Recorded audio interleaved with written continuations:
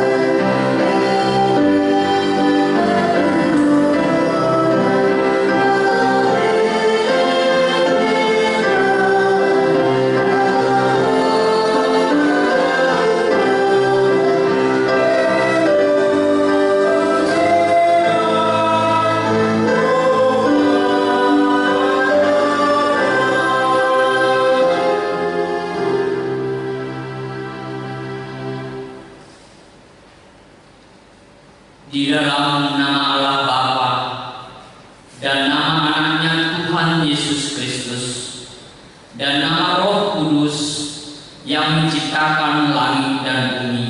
Amin.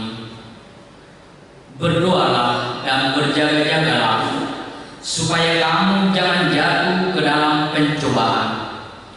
Roh memang penurut dan daging lemah. Kepada-Padamu ya Tuhan, ku angkat jiwaku, Allahku, kepadamu aku percaya. Ingat segala rahmat-Mu, kasih setia-Mu Tuhan, karena sudah ada semuanya sejak pada mulanya. Dosaku di masa muda janganlah Kau ingat ya Tuhan, tapi pandanglah ku dalam kasih-Mu, karena Kau sungguh baik. Haleluya. Marilah kita berdoa. Ya Tuhan Allah Bapa yang Maha Kuasa, hanya karena kasih-Mu kami sekarang dapat berkumpul dan berdoa kepada-Mu. Dalam firman-Mu Engkau berjanji bahwa di mana ada 2 atau 3 orang berkumpul dalam nama-Mu, di situ Engkau ada di tengah-tengah mereka. Ya Tuhan, genapilah janji-Mu dalam kehidupan kami. Berilah pengetahuan dan hikmat serta pengharapan di dalam anak-Mu Tuhan Yesus Kristus, Tuhan kami. Amin. Kita bernyanyi. Amin.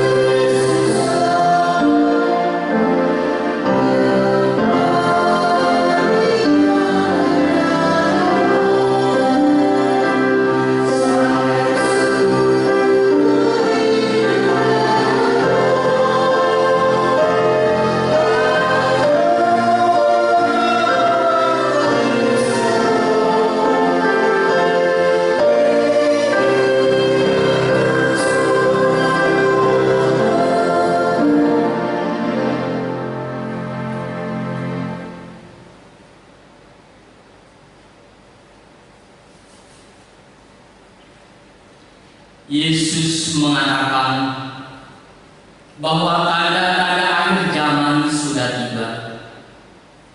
Dan murid-murid bertanya kepada Yesus, katanya, "Guru, bila manakah itu akan terjadi? Dan apakah tandanya kalau itu akan terjadi?" Jawabnya, "Waspadalah, supaya kamu jangan disesatkan. Sebab banyak orang akan datang dengan memakai namaku dan berkata, 'Akulah dia,' dan saatnya sudah dekat. Janganlah kamu mengikuti mereka. Dan apabila kamu mendengar tentang peperangan dan pemberontakan, janganlah kamu terkejut, sebab semuanya itu harus terjadi dahulu. Tetapi itu tidak berarti kesudahannya akan datang segera." Ia berkata kepada mereka, "Bangsa akan bangkit melawan bangsa, dan kerajaan melawan kerajaan, dan akan terjadi gempa bumi yang dahsyat, dan di berbagai tempat akan ada penyakit sampar dan kelaparan, dan akan terjadi juga hal-hal yang mengejutkan dan tanda-tanda yang dahsyat dari langit. Tetapi sebelum semuanya itu, kamu akan ditangkap dan dianiaya. Kamu akan diserahkan ke rumah-rumah ibadat dan penjara-penjara, dan kamu akan dihadapkan kepada raja-raja dan penguasa-penguasa oleh karena namaku. Hal itu akan menjadi kesempatan bagimu untuk bersaksi." Kita bernyanyi.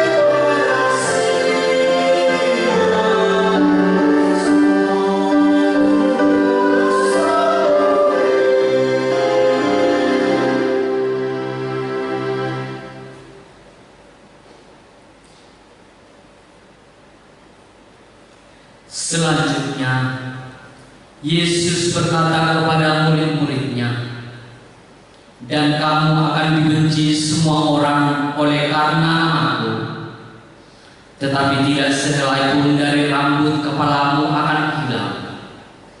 Kalau kamu tetap bertahan, kamu akan memperoleh hidupmu, dan akan ada tanda-tanda pada matahari dan bulan dan bintang-bintang. Dan di bumi bangsa-bangsa akan takut dan bingung menghadapi biru dan gelora laut. Orang akan mati ketakutan karena kecemasan berhubung dengan sebab kuasa-kuasa langit akan goncang. Pada waktu itu, orang akan melihat Anak Manusia datang dalam awan dengan segala kekuasaan dan kemuliaannya. Apabila semuanya itu mulai terjadi, bangkitlah dan angkatlah mukamu, sebab penyelamatanmu sudah dekat. Kita bernyanyi.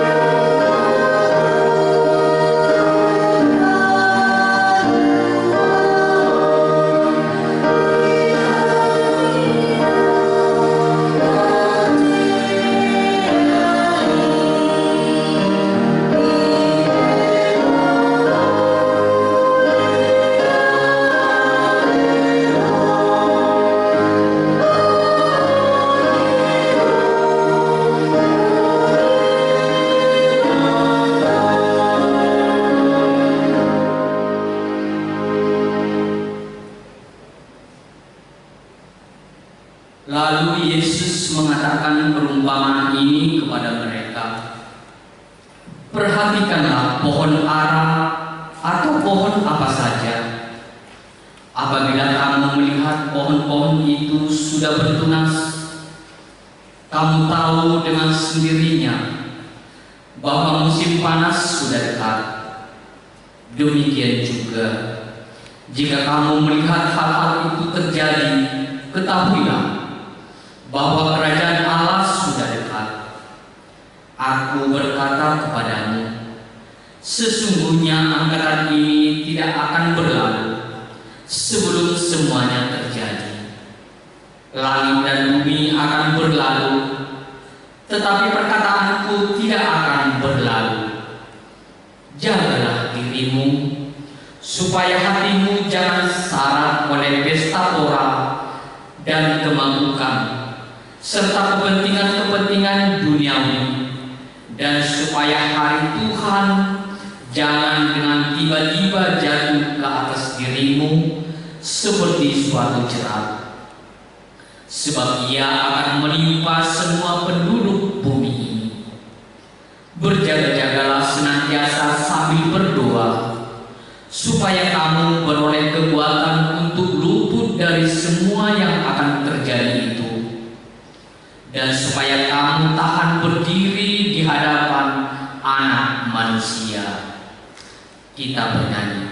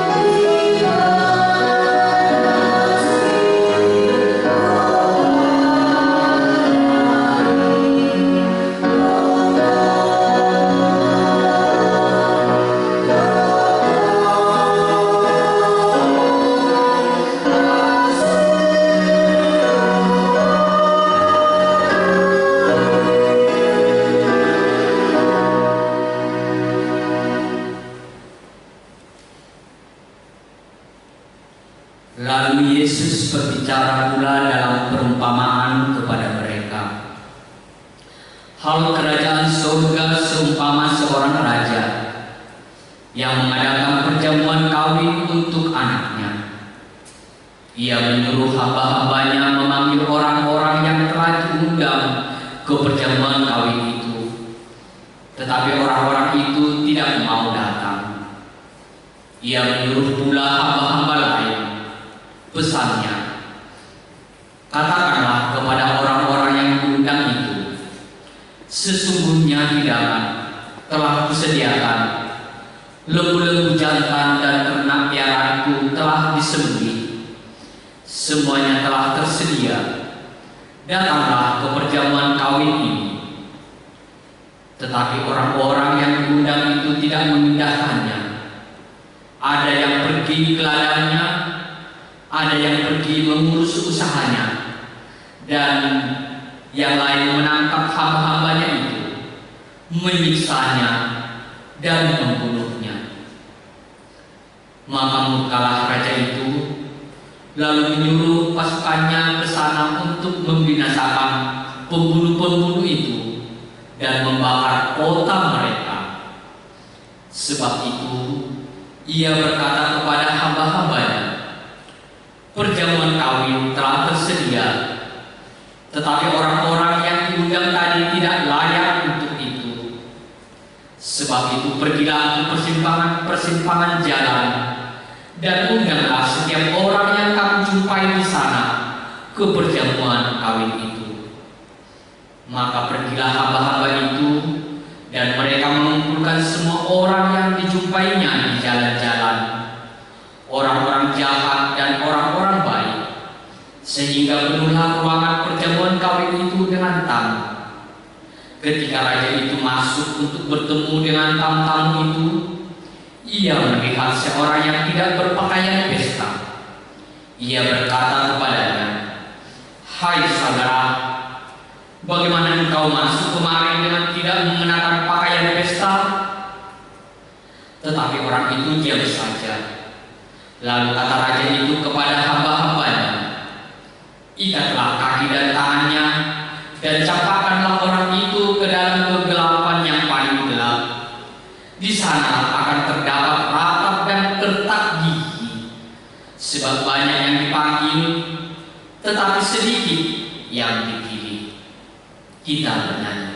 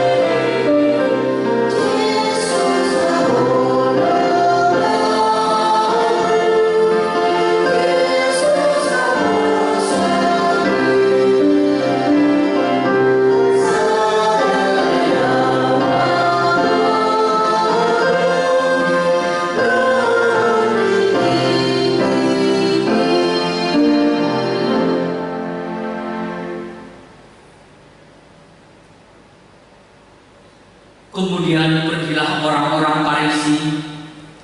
Mereka merunding bagaimana mereka dapat menjerat Yesus dengan suatu pertanyaan. Mereka menyuruh murid-murid mereka bersama-sama orang-orang Herodian bertanya kepadanya, "Guru, kami tahu engkau adalah seorang yang jujur dan dengan jujur mengajar jalan Allah, dan engkau tidak takut kepada siapapun juga, sebab engkau tidak mencari muka. Katakanlah kepada kami pendapatmu, apakah diperbolehkan membayar pajak kepada kaisar atau tidak? Tetapi Yesus mengetahui kejahatan hati mereka itu, lalu berkata, "Mengapa kamu mencobai aku, hai orang-orang munafik? Tunjukkanlah kepadaku mata uang untuk pajak itu." Mereka membawa suatu dinar kepadanya. Maka ia bertanya kepada mereka, "Gambar dan tulisan siapakah ini?" Jawab mereka, "Gambar dan tulisan kaisar."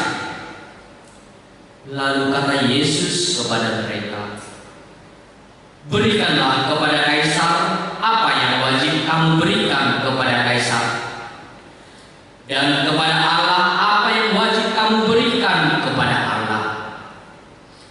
Mendengar itu, heranlah mereka dan meninggalkan Yesus lalu pergi. Kita bernyanyi.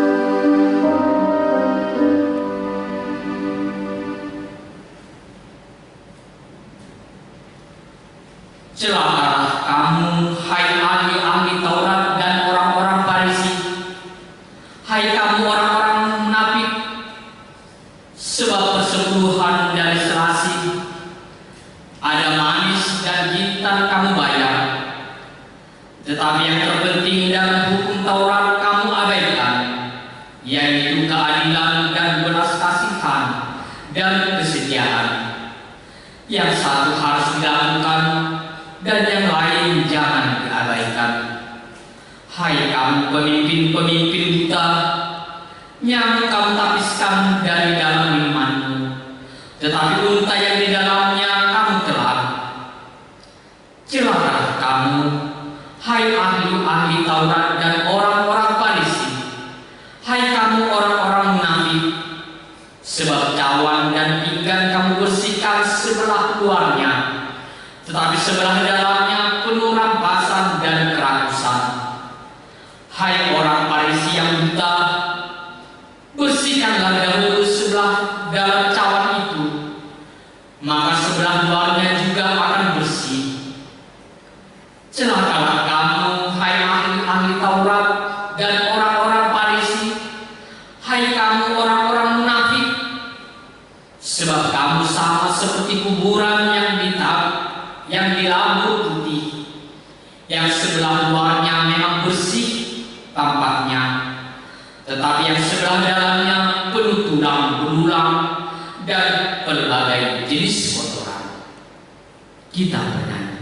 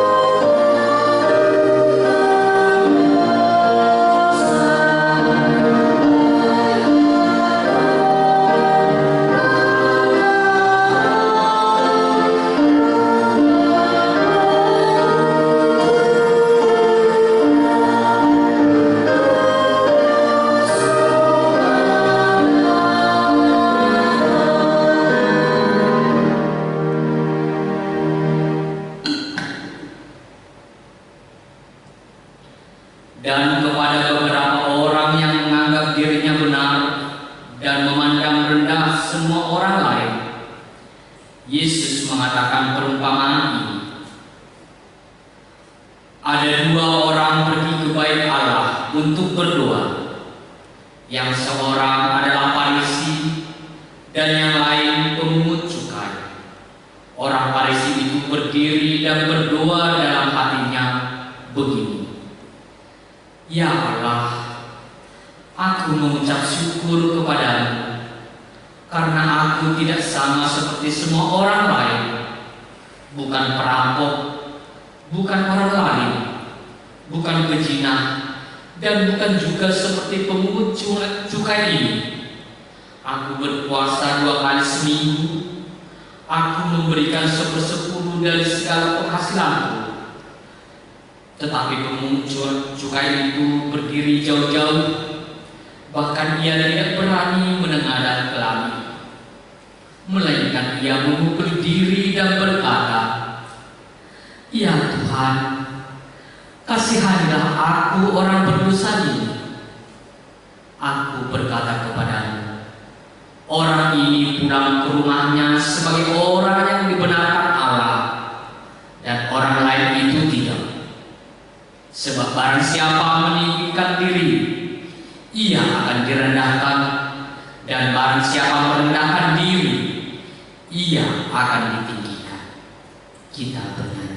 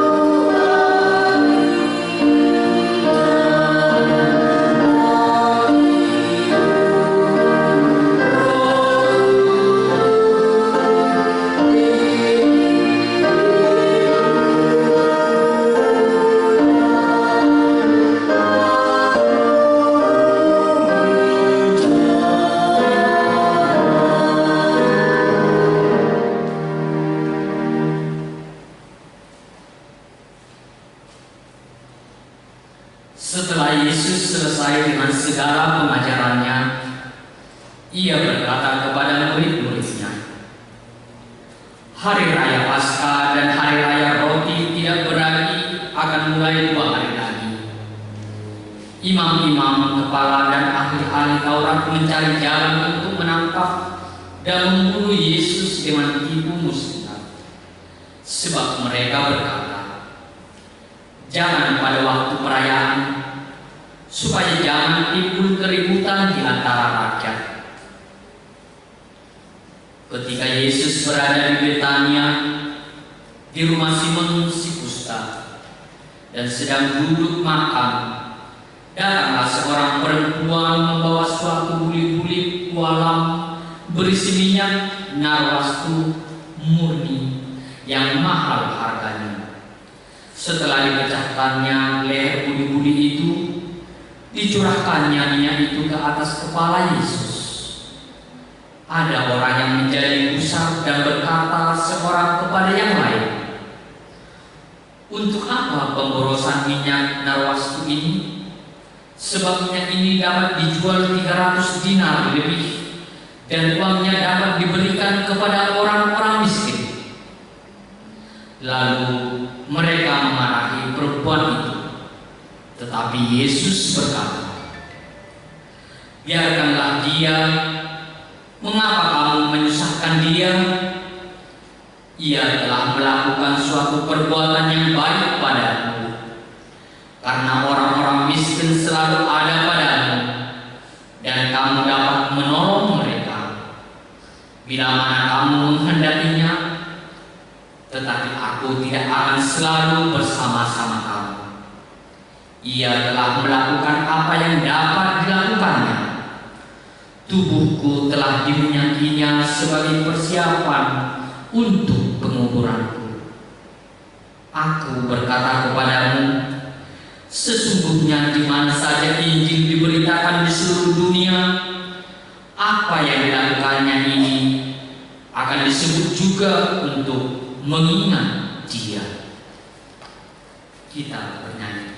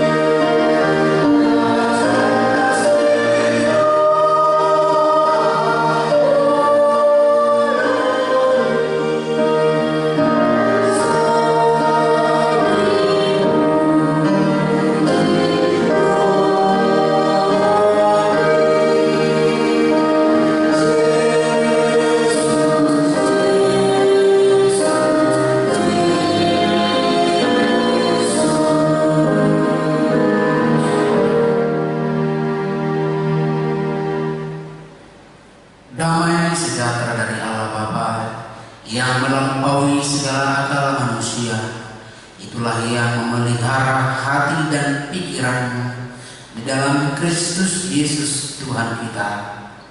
Amin. Bapak, Ibu, dan saudara-saudara yang dikasihi Tuhan Yesus Kristus, firman Tuhan di ibadah Paskah yang kedua pada malam ini tertulis dalam Matius 26 ayat 41. Matius 26 ayat 41. Demikianlah firman Tuhan. Berjaga-jagalah dan berdoalah supaya kamu jangan jatuh ke dalam pencobaan.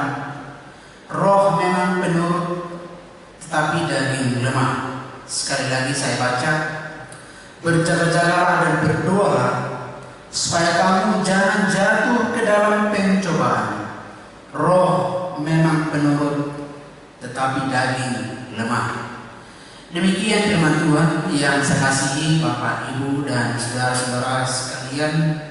Kita telah memasuki perenungan dan penghayatan malam Paskah yang kedua ini, di mana kita diarahkan supaya hidup di dalam doa. Pengaruh doa dalam kehidupan kita yang pertama, doa membuat kita tenang pada masa-masa sulit. Doa membuat kita tenang pada masa-masa sulit. Yang kedua, walaupun tidak semuanya doa itu dijawab oleh Tuhan, tetapi doa itu menguatkan. Doa itu menguatkan. Yang ketiga, pengaruh doa dalam kehidupan kita membuat kita mampu bertahan dalam kondisi apapun. Sesulit apapun kita mampu bertahan. Maka untuk itulah Yesus mengajak murid-muridnya untuk berdoa sambil berjaga-jaga supaya mereka tidak jatuh ke dalam dosa dan pencobaan. Setiap kali kita berdoa, maka Roh Kudus akan menuntun kita bagaimana kita harus berbicara, bagaimana kita harus berpikir dan bertindak. Doa sangat besar kuasanya. Doa orang beriman, orang benar sangat besar kuasanya bila dengan yakin didoakan. Berdoa boleh kita lakukan di mana saja, dan doa itu timbul di dalam hati, seolah-olah kita sedang berbicara langsung dengan Tuhan, seperti kita dengan orang tua. Doa tidak dibatasi oleh waktu, ruang, dan tempat. Kemana saja, dalam situasi apapun, dimanapun, di situ Yesus hadir. Doa yang kita panjatkan sampai kepada Tuhan. 1000 pertanyaan, 1000 pergumulan yang hadir silih berganti dalam kehidupan kita. Jika kita bawa dalam doa, maka itu akan sampai kepada Tuhan. Dalam Mazmur 50 ayat 15 dikatakan, berserulah kepadaku pada waktu kesesakan, maka aku akan meluputkan engkau, dan engkau akan memuliakan aku. Itu kata Tuhan melalui kesaksian pemazmur, Mazmur 50 ayat 13. Berserulah kepadaku pada waktu kesesakan, maka aku akan meluputkan engkau, dan engkau akan memuliakan aku. Ada satu cerita untuk kita hayati di Paskah yang kedua ini, Bapak Ibu. Ada seorang ibu sudah janda dan sangat miskin sekali. Dia jatuh sakit dan tidak berdaya sama sekali. Dia hanya memiliki anak laki-laki 1 orang, anak tunggal, tidak ada yang lain. Anak ini masih kecil, masih kelas 6 SD. Anak ini selalu berdoa untuk ibunya. Setiap kali dia melihat ibunya terbangun, dia berpikir bahwa ibunya lapar. Satu kali ibunya terbangun, dia melihat persediaan makanan sudah habis. Kemudian dia berdoa kepada Tuhan, Tuhan, berilah ibuku makanan. Saya akan mencari makan untuk ibuku. dengan cara apapun dan bagaimanapun saya harus mendapatkan makanan untuk ibu. Kemudian dia berlari ke sebuah warung.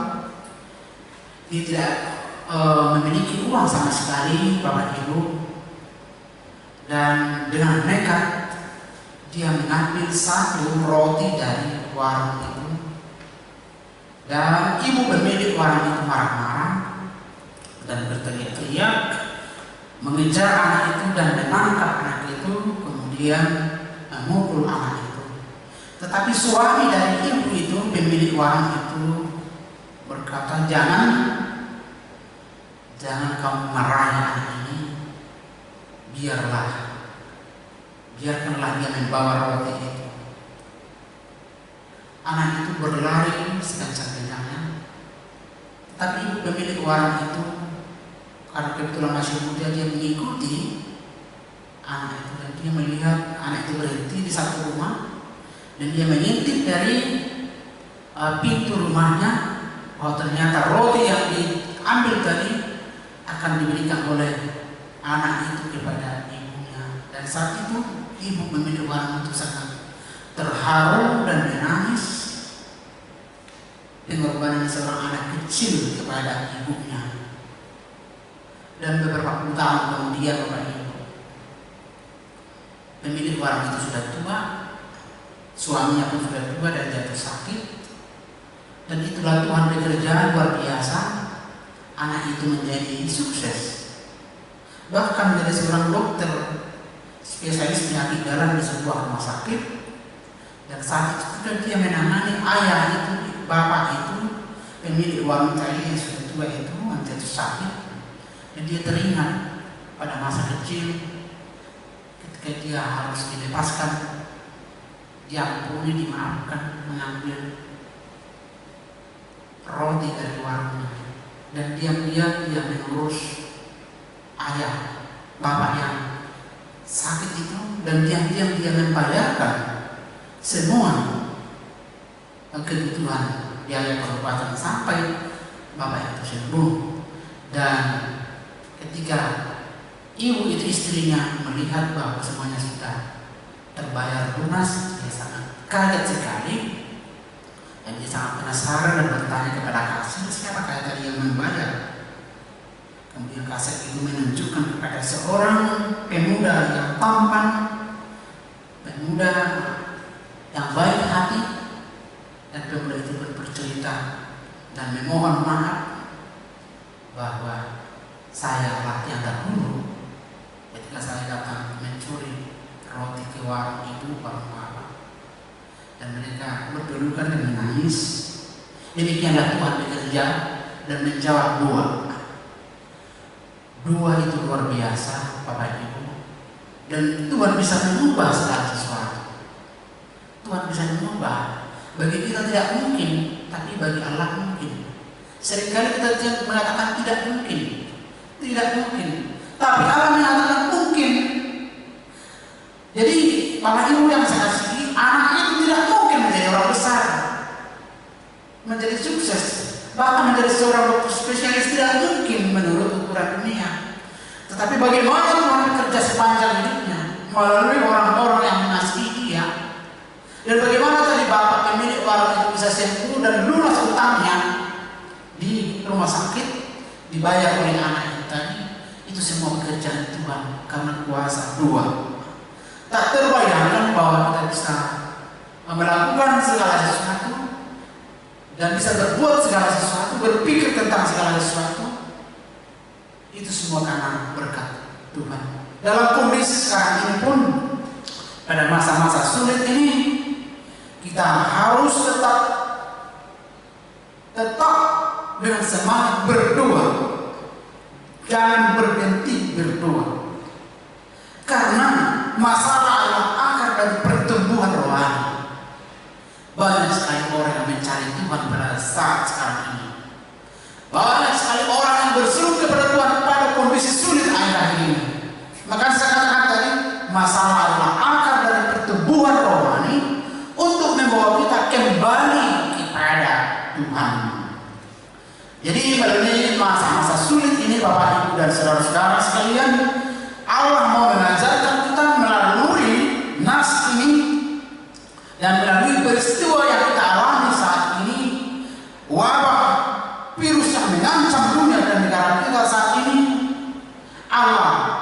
tidak hanya memberi kemampuan untuk hidup, tetapi Allah juga memberi kemampuan untuk menderita. Jadi kita adalah orang-orang yang luar biasa jika suatu saat kita melewati masa-masa sulit ini sebagai jawaban dari doa kita. Bertekunlah di dalam doa. Jangan berhenti berdoa. Tetaplah berdoa supaya Tuhan memberikan yang terbaik. Sekalipun ini semuanya kita anggap ujian tentang kehidupan, kita harus tampil dan keluar menjadi pemenang. Jadilah Kristen yang luar biasa, yang tidak pernah berhenti berdoa dalam kondisi apapun. Amin. Kita berdoa. Terima kasih Bapa, dalam nama Tuhan Yesus firman. Jika Tuhan selalu menekankan doa kepada murid-muridnya dan selalu mengatakan berdoa, kami juga Tuhan akan selalu membangun tiang-tiang doa, ibadah di rumah kami masing-masing. Semuanya kami akan beribadah di rumah kami masing-masing dan tidak pergi kemana-mana, tinggal di rumah kami masing-masing sampai wabah virus ini berlalu. Tuhan, terima kasih Bapa, dalam nama Yesus kami sudah berdoa. Amin. Kita bernyanyi dan memberikan persembahan.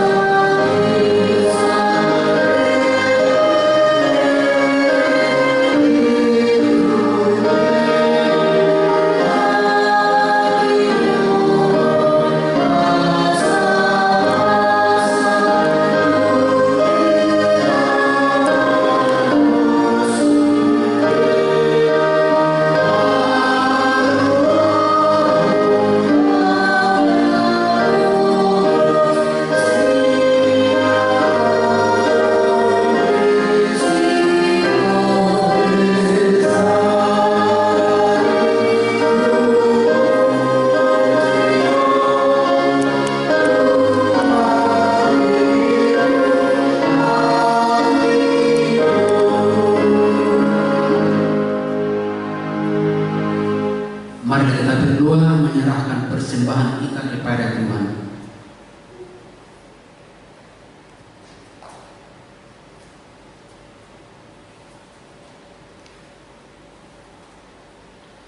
Ya Allah Bapa kami yang di surga, kami mengaku bahwa Tuhan adalah sumber dari segala karunia yang melimpah dalam kehidupan kami masing-masing.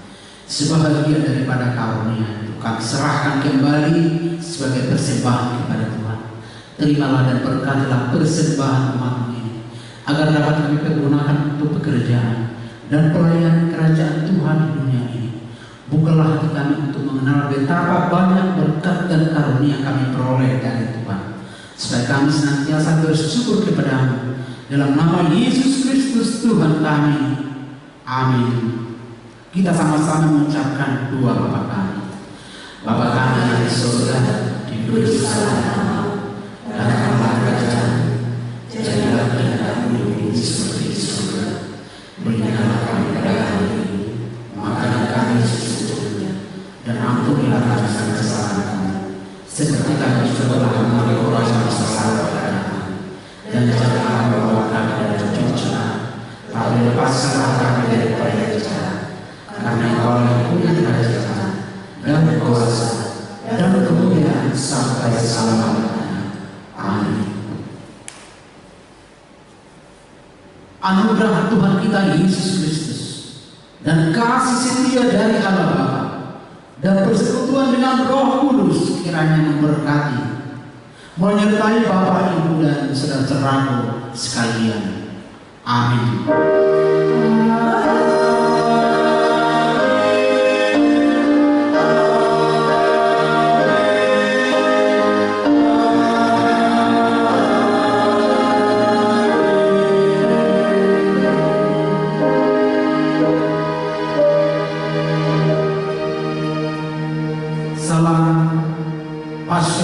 Kita semuanya salam sehat, dihimbau kepada semua warga Senat supaya kita tetap tinggal di rumah kita masing-masing, tidak pergi kemana-mana untuk mengurangi rantai penyebaran wabah virus COVID. Atas perhatiannya kami mengucapkan terima kasih. Shalom.